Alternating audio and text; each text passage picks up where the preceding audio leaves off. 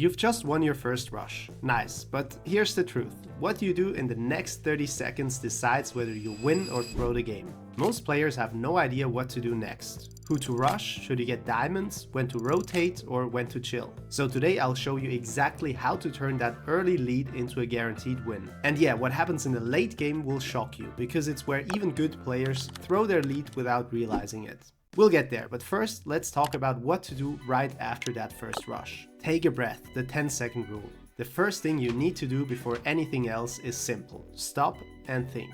After your first rush, take 10 seconds to pause. 10 seconds might not sound like much, but they are the best 10 seconds you'll spend all game. The worst thing you can do is just sprint towards mid, pick random fights, or rush the first base you see. That's what average players do, and it's the #1 reason they lose after a good start. So take a second to look around. Use F5 and check your surroundings. Is someone side rushing you? Is someone coming from mid? Is anyone even looking in your direction? Especially if your first rush took some time, chances are high someone's already bridging toward you. So stop, look, and listen. Those few seconds can save your bed and your game. If this kind of smart Bedwars thinking helps you already, drop a like. It tells me to keep making more advanced guides like this. And if you're serious about improving, make sure you subscribe so you don't miss the next step. Okay, the next step separates players who react from players who actually control the game. Read the scoreboard, it's a goldmine. Next, have a look at the Bedwars scoreboard.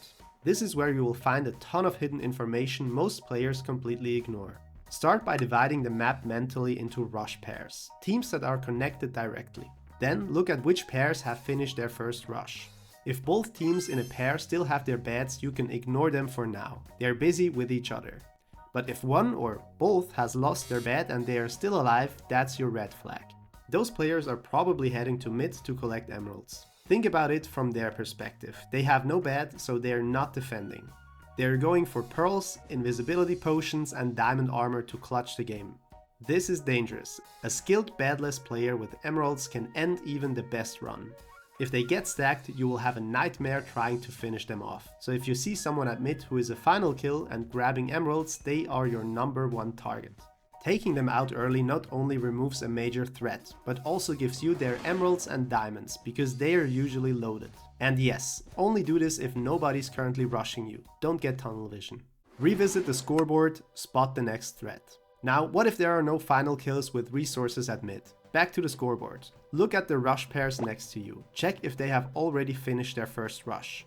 If a nearby rush pair only has one team left, odds are they are looking for a new target.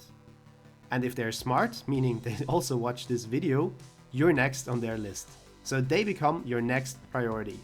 And here's another quick tip. If you see a name like Sweaty PvP 69 with 10,000 finals, or someone who takes their first bed in under 30 seconds, they're your threat. You need to handle them early. Don't let them get emeralds or farm diamonds. If they get stacked, it's going to be a nightmare to win later. Early upgrades, diamonds are everything. But before you target anyone, if you have time and nobody's close to your base, grab your diamonds. You will usually find 3 or 4.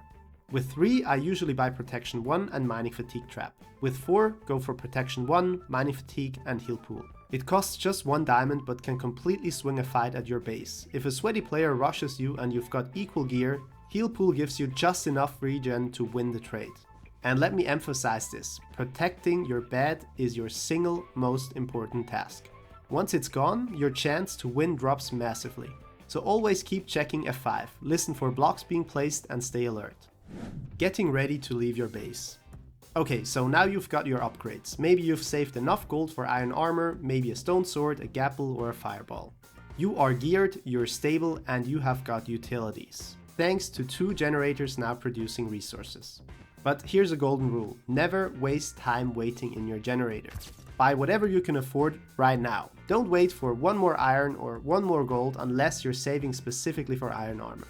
Save gold until you hit 12, then buy it. Otherwise, just bank the gold and the iron in your ender chest and use the other resources you have. And if your bed ever gets broken, that's a completely different game. Let me know if you want a video on how to clutch, spend smartly and play post-bad situations, because that's an entire strategy on its own. But don't go anywhere yet. The next few minutes decide whether your early game advantage snowballs or completely collapses. You will see what I mean once we hit mid. Heading to mid or your next target. Once you've checked the scoreboard and secured your upgrades, it's time to move. You start heading towards your next target, which is one adjacent to you that also has completed their first rush. If both of your adjacent rush pairs have taken out their first rush, pause for a second. Watch them. Where are they going? It could be that one of them is just camping at their base or rushing towards a different direction. Ignore them for now and focus on the other one. If the fastest way towards your next target is to bridge from your first rush space to them, do this. But if your path happens to be faster when going through middle, you might have a change of plans. So you start heading to mid, and now there are two possible scenarios. Scenario 1, you get to mid and it's empty. Jackpot. There are no players, and if there are 6 to 8 emeralds just sitting there and no one is coming, I usually collect them all. That's free power. You're not only getting stronger, you're also denying the Ems to everyone else. Because every emerald you take might be one less invis, one less pearl, or one less set of diamond armor your enemies can buy. Once you return to base, spend them wisely. If I have 6 to 8 emeralds, I usually buy diamond armor first. It's a huge survivability boost, especially in the early game, and then with the rest I usually grab a bridge egg or a jump potion. With bridge eggs you can instantly rush neighboring bases that aren't expecting you. It's basically a slower version of the pearl. And like this you really keep the tempo up. With a jump potion you can fight like a maniac. Build bridges above your enemies, drop down, break a bed, or place a TNT, pillar up again mid-fight, eat a gapple, and dive back in. It's insanely powerful, especially when you're targeting sweaty players. I would say 9 times out of 10 that combo wipes an entire team. Scenario 2. You reach mid and someone else is already there. Even if they still have their bed and you saw them collecting emeralds, target them. You can often tell who's been there by the color of the wool around the mid-islands. If you see red blocks at every emerald gen, you know who's farming them. They will probably be your next target, because if they get obsidian or invis, they will become a major problem later. So now you've made it past the chaos of early game, but this next part, the late game awareness phase, is where 80% of players lose everything they have built.